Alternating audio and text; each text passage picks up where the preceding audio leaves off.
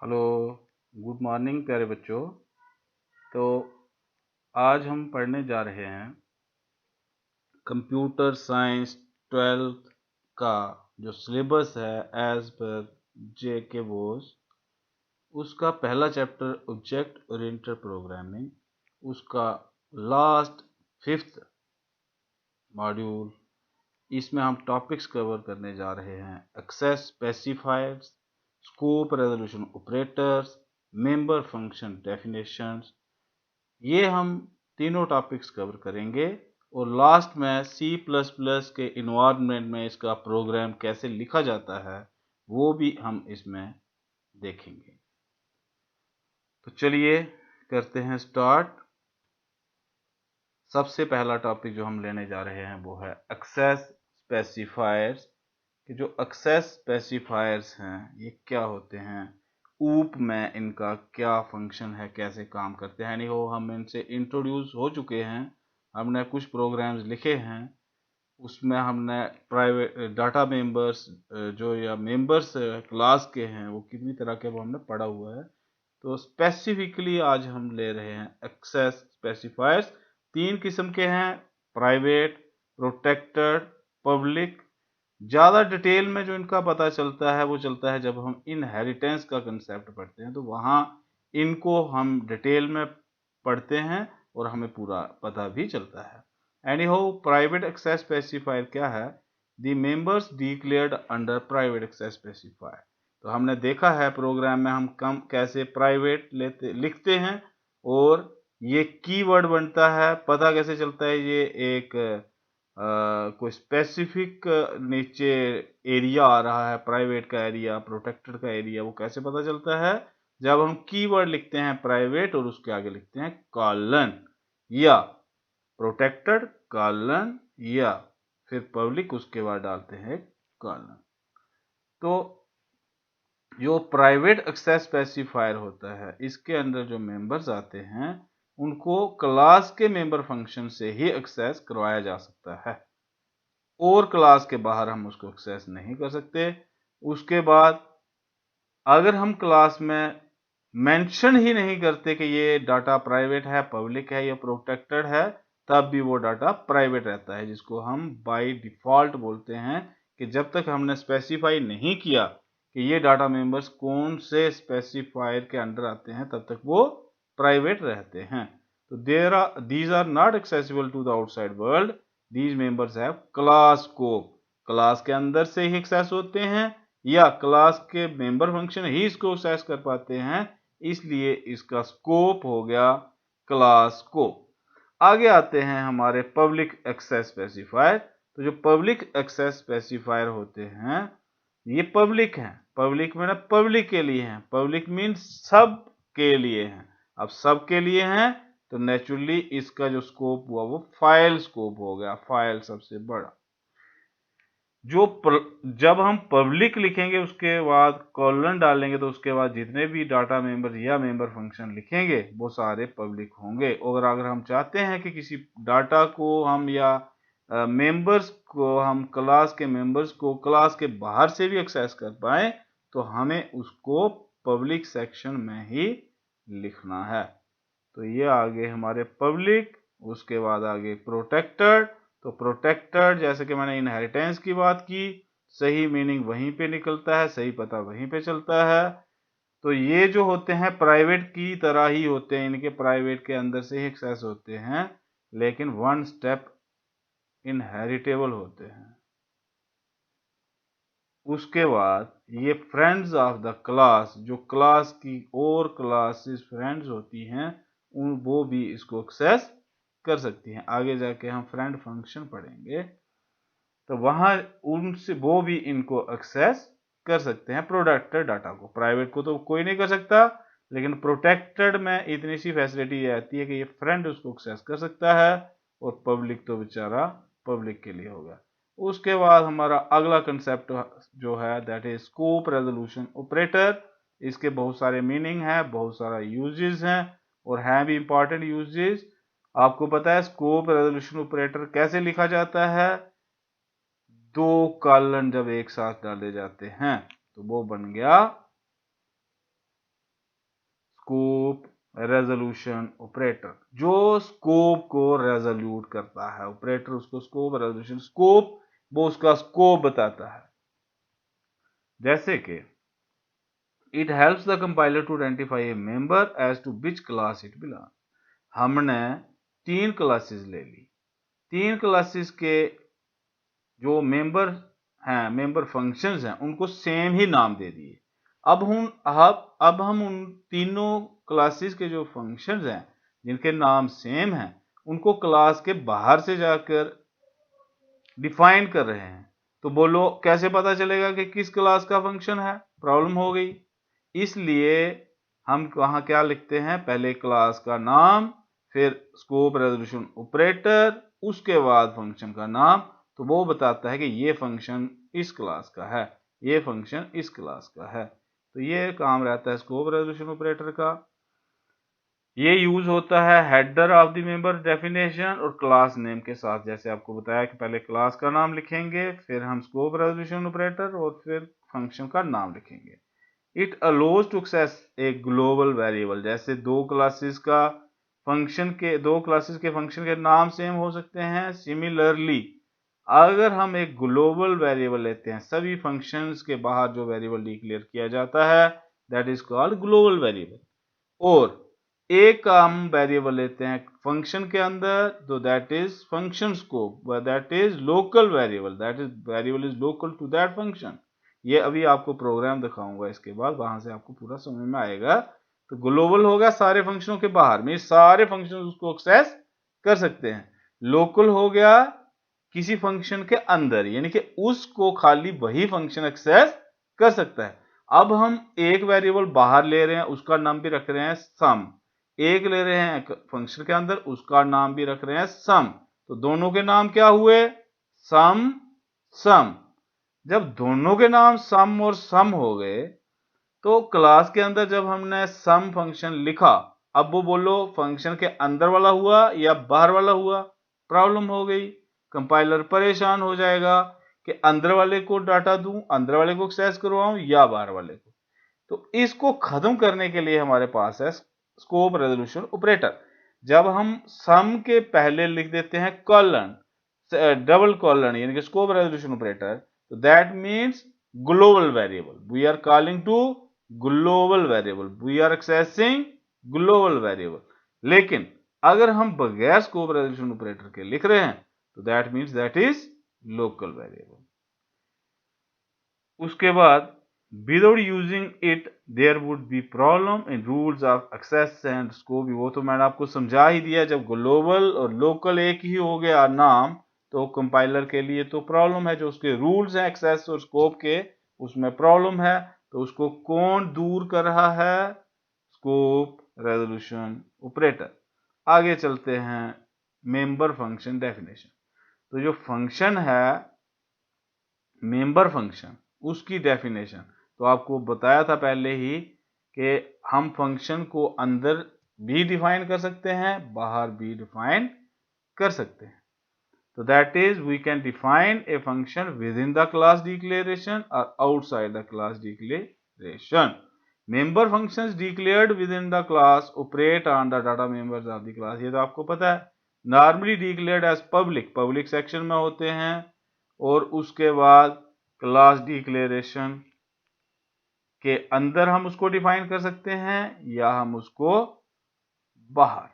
जब हम उसको अंदर डिफाइन करते हैं, to define a function within the class simply add the function directly to the class. तो हम कुछ भी नहीं एक्स्ट्रा करते, क्लास का नाम लिखा, डाटा मेंबर्स लिखे, पब्लिक लिखा, इंट पोजीशन का नाम लिखा, सेमीकोलन नहीं डालेंगे क्योंकि हम इसको डिफाइन करने जा रहे हैं। ओपनिंग कर ली, इसकी बॉडी क्लोजिंग कर ली और क्लास खत्म। तो फंक्शन भी लिख दिया, डिक्लेरेशन भी हो गई, डेफिनेशन भी हो गई। जबकि जब हम उसको बाहर कर रहे हैं, this method of function definition used in case of long function. In this method, we declare a function inside the class, like a function prototype, and then define it outside the class. Declare अंदर कर देंगे, लेकिन उसको define बाद में करेंगे। जैसे int x, int y, public, int position लिखा, फिर semicolon डाल दिया, it means it is now prototype. after that we have to define it. We will define it outside the class. What we have to use? We have to use scope resolution operator. But for using scope resolution operator, we have to write the name of the class first. This is a return type of the function, then class name, then scope resolution operator, then function name, then parenthesis pair और फिर उसकी body. तो it is the definition outside the class. So in the above example, the scope operator identifies that the function position belongs to the class point. Thus, the scope operator identifies the class to be the function belongs to. Only the scope operator identifies the function as a member of a particular class. Without the scope operator, the function definition would create an ordinary function, subject to the usual rules of access and scope of a function. उसके बाद आता है जी programme. तो चलो आपको ले चलते हैं प्रोग्राम के ऊपर. तो ये आ गया C++ का इन्वायरमेंट. तो C++ का इन्वायरमेंट. उसके बाद आ गया जी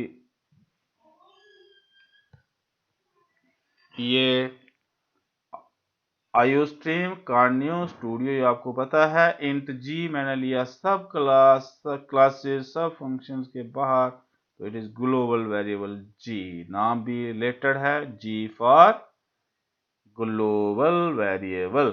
क्लास का नाम फिर से आ गया stu. एक ही डाटा मेंबर है. I have to demo the use of function definition and scope resolution operator as well as access specifiers. void get data पहले फंक्शन का नाम, इट इज ओनली प्रोटोटाइप. ये दूसरे फंक्शन का नाम, it is also prototype. Then void main clear screen int g to s dot get data. ये क्या हुआ जी, क्लियर स्क्रीन कर देगा. int g एक वेरिएबल का नाम बाहर लिया ग्लोबल, एक का अंदर भी ले लिया g. अब g नाम के दो वेरिएबल हो गए. एक क्लास के एक सारी डेफिनेशन फंक्शंस के बाहर, दैट इज ग्लोबल, एंड एक वाइड मेन फंक्शन के अंदर, दैट इज लोकल. तो टू एस. तो इस तरह से आगे हम एस ये इस पे मेन फंक्शन के अंदर एस डॉट टू एस एक ऑब्जेक्ट ले लिया हमने क्लास 2 की. एस डॉट गेट डाटा कर दिया. जी इज इक्वल टू 5. अब जो वेरिएबल है उसको वैल्यू दे दी हमने 5. तो 5 के बाद अब ये वाला जी कौन सा है और ये वाला जी कौन सा है? ये वाला जी बोलो कौन सा है, सोचो कौन सा है. एक ये वाला जी, एक ये वाला जी. हमने जी नाम के कितने वेरिएबल लिए? 2. एक कहां लिया? सब फंक्शंस के बाहर, क्लास के भी बाहर. तो that is global variable. It is global variable G and it is local variable. जब दो वेरिएबल लिए हैं, ग्लोबल एक लोकल. तो जिसको हमने स्कोप रेजोल्यूशन ऑपरेटर लगाकर एक्सेस करवाया, दैट इज ग्लोबल. डन. जिसको बगैर स्कोप रेजोल्यूशन ऑपरेटर के करवाया, दैट इज लोकल. ओके. तो उसके बाद ये देखो डेफिनेशन के टाइम पे लिखा है suit global G is equal to this, local g is equal to this. Global G को एक्सेस करवाना है तो बगैर उसके स्कोप रेजोल्यूशन ऑपरेटर के, sorry it is global. Global G is equal to this. Global means global variable, local means local variable. Good. Get ch से क्या होता है बताए? 11th का टॉपिक है, बहुत अच्छी तरह से समझाया था, नहीं तो मेरे चैनल पे पड़ा हुआ है अभी भी बेसिक्स ऑफ C++ वो वाले वो वीडियो लेसन्स पड़े हुए हैं मेरे चैनल पे. You can watch them. Get ch screen रोकने के लिए हम यूज करते हैं. गेट करेक्टर इसका मतलब होता है स्क्रीन रुक जाती है जब हम इसको करेक्टर नहीं देते, लेकिन हम टांका लगाते हैं स्क्रीन रुकती है करेक्टर लेने के लिए. और हम फायदा ये लेते हैं कि हम स्क्रीन पे आउटपुट क्या आई है, अभी तक क्या डिस्प्ले हुआ है स्क्रीन पे, वो हम आराम से देख लेते हैं. और फिर जैसे हमने पूरा पढ़ लिया, हम दे देते हैं उसको क्या, जिसको वो लेने के लिए खड़ा है, वेट कर रहा है. किसके लिए वेट कर रहा है? गेट करेक्टर लेने के लिए। तो इसी तरह से एस डॉट शो डाटा को कॉल किया है और फिर हम देखेंगे रिजल्ट, और ये आ गई डेफिनेशन गेट डाटा फंक्शन की, ये शो डाटा फंक्शन। ये पहले के एक्सप्लेन किए हुए हैं, इस तरह के नहीं करूंगा अभी हम सीधा चलेंगे कंपाइलेशन पे, लेकिन उसको पहले करना पड़ेगा सेव। मैंने किए चेंजेस, तो अल्ट और F9 से किया compile, no error, error free, then go on to compilation. Enter value of x दे दी 3, तो g is equal to 5, global g is equal to 7, value of x is 3, something is wrong, ये दोनों global हो गए, गलत हो गया।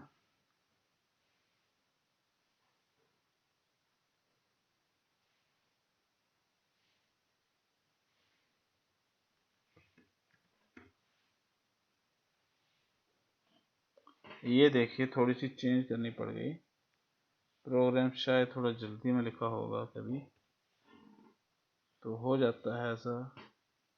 वैल्यू ऑफ x दे दी 3, global g is equal to 5, local g is equal to 7 and value of x is 3।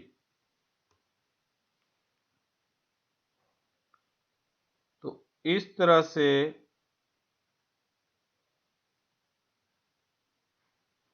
ऐसे, ये देखो ये ग्लोबल वेरिएबल है g और वो है लोकल वेरिएबल g। हमने यहाँ पे जब ऐसे लिखा तो ये अंदर वाला आया, ऐसे लिखा तो ये बाहर वाला आया। ये इसकी यहाँ पे पहचान रहती है ग्लोबल की और लोकल की। तो एक में थोड़ा सा आपको एक चीज मुझे और बतानी है चलते चलते।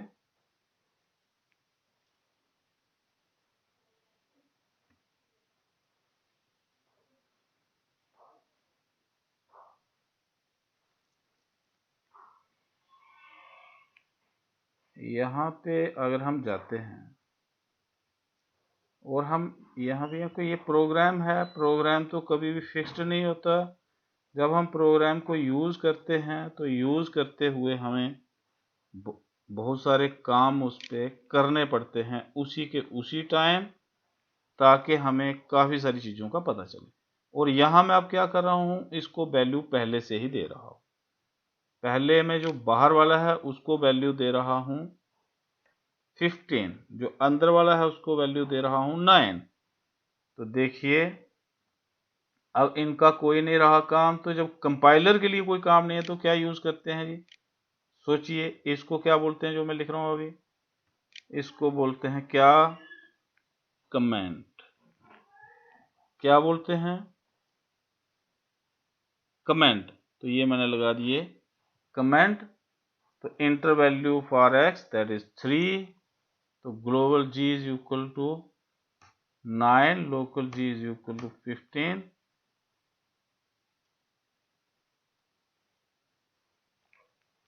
तो यहाँ पे मैंने उल्टा लिख दिया हुआ है, it is global g and it is local g, क्योंकि बताया कुछ किया कुछ।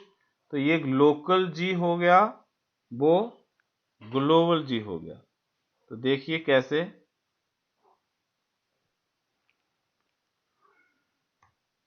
Local g is equal to 9। अब ये प्रोग्राम में हम वापस जाएंगे, देखना कि जो g को वैल्यू 9 दी थी, क्या वो अंदर वाले g को दी थी या बाहर वाले g को। Global g is equal to 15। अब मैंने नाम g ही रखा है, क्यों रखा है, क्योंकि मुझे अंदर ये बताना है कि एक ही नाम के जब दो वेरिएबल यूज होते हैं तो उनको कैसे हम एक्सेस करवाते हैं। Global g is equal to 15 and value of x वो तो अभी दी, ये देखो it is the access of global g। जब ग्लोबल को एक्सेस करवाना है तो क्या लगाना है जी, स्कोप रेजोल्यूशन ऑपरेटर। तो उसको वैल्यू 15 दी थी 15, जैसे यहां देखिए वैल्यू कितनी दी हुई है, 15 दी है ग्लोबल वेरिएबल को। और ये वेरिएबल है लोकल, लोकल को कितनी दी हुई है 9, और जब लोकल की वैल्यू प्रिंट करवाई है तो स्कोप रेजोल्यूशन ऑपरेटर नहीं लिखा, यानी कि नहीं लिखेंगे तो वो लोकल को एक्सेस करेगा, और अगर लिखते हैं तो वो ग्लोबल को एक्सेस करता है। एक बार दोबारा कंपाइल करके बता दूं, अब दोबारा ये ब्रेन में रखना कि जो ग्लोबल वेरिएबल है उसको वैल्यू मैंने 15 दी हुई है और लोकल को 9 दी। ओके जी, इस तरह से इसको डिफाइन करते हैं और एक्सेस करवाते हैं। ये रहा आपका क्या पूरा कि कैसे हम ग्लोबल वेरिएबल को एक्सेस करवाते हैं और स्कोप रेजोल्यूशन ऑपरेटर का क्या क्या काम है। तो इसलिए प्रोग्राम आपने देख लिया, तो आज का लेसन यहीं पे खत्म। थैंक्स जी। ओके, तो अब नियर अबाउट चैप्टर कंप्लीट होने जा रहा है। एक टॉपिक में और ले रहा हूँ इस बार, तो सिलेबस में शायद वो नहीं डाला है, सामने नहीं लिखा है, हो सकता है पेपरों में डाल दें, इसलिए मैं इनलाइन फंक्शन का कंसेप्ट लास्ट में ले रहा हूँ। तो चैप्टर का खत्म यहीं से मानोगे, यहां से चैप्टर हमारा खत्म। Okay, thank you.